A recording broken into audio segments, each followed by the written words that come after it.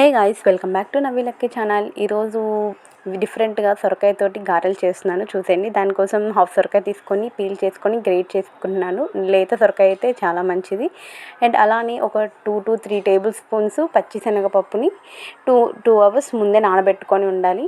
And దాంతోపాటు కొంచెం జీలకర్ర, పచ్చిమిర్చి ఒక 5-6 తీసుకొని మంచిగా గ్రేట్ చేసి పెట్టుకోవాలి.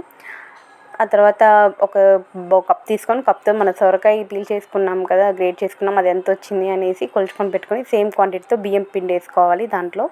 అలానే రుచికి సరిపోయినంత సాల్ట్, నానబెట్టుకున్న పచ్చిశనగపప్పు వేసుకోవాలి.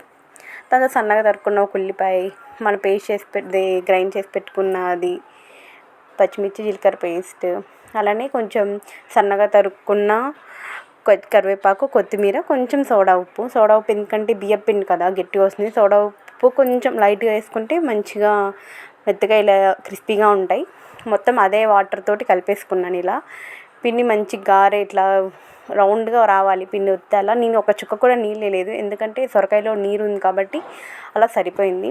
సేమ్ మనం యాజ్ ఇట్ ఈజ్ గారె ఎలా చేసుకుంటామో సేమ్ అలానే ఒక్కొక్క వంట తీసుకొని మనం ఒక ప్లాస్టిక్ పేపర్ మీద కానీ ఆర్ కాటన్ క్లాత్ తేమ చేసి కానీ దాని మీద కానీ ఇలా ఒత్తుకొనేసి వేసుకొని మనం గారెలు ఎలా కాల్చుకుంటామో అలానే కాల్చుకోవాలి. టేస్ట్ చాలా బాగుంది అండ్ హెల్దీ కూడా సొరకాయ కాబట్టి.